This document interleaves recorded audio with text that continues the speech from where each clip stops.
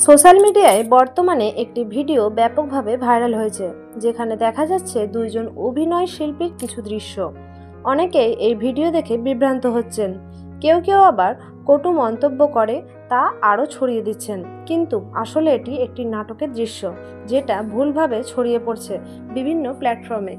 এখনকার সময়ে যে কোনো ভিডিও খুব সহজেই ভাইরাল হয়ে যায়, কিন্তু তার প্রেক্ষাপট না বুঝে তা নিয়ে নেতিবাচক মন্তব্য করলে ক্ষতি হয় অভিনয়শিল্পী ও মিডিয়া ইন্ডাস্ট্রির।